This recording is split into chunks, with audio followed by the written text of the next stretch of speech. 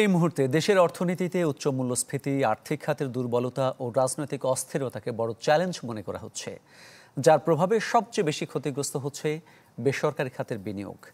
গেল 5 বছর ইতিহাসের যা এখন সর্বনিম্ন প্রায় 22.5%। অ্যামচেমের অনুষ্ঠানে এসব তথ্য তুলে ধরেন সিপিডি নির্বাহী পরিচালক ডক্টর ফাহমিদা খাতুন। তার মতে, চড়া সুদহার আর জ্বালানির অনিশ্চয়তার বিনিয়োগে আগ্রহ হারাচ্ছেন ব্যবসায়ীরা।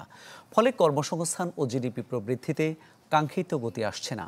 অথচ বিশাল শ্রমশক্তি, ডিজিটাল প্রযুক্তির চাহিদা ও ভৌগোলিক অবস্থান ঘিরে দেশে বিনিয়োগ বৃদ্ধির সম্ভাবনা অনেক, যা কাজে লাগানো গেলে টেকসইভাবে চাঙা হবে দেশের অর্থনীতি। এ সময় বিনিয়োগ বান্ধব পরিবেশ নিশ্চিতে নানা উদ্যোগের কথা তুলে ধরেন সরকারের বিভিন্ন দপ্তরের প্রতিনিধিরা। Low tax GDP ratio that I have mentioned already, the stagnant private investment. Then another area is the power sector, which is creating significant fiscal pressure, because this is also one sector where there is high subsidies.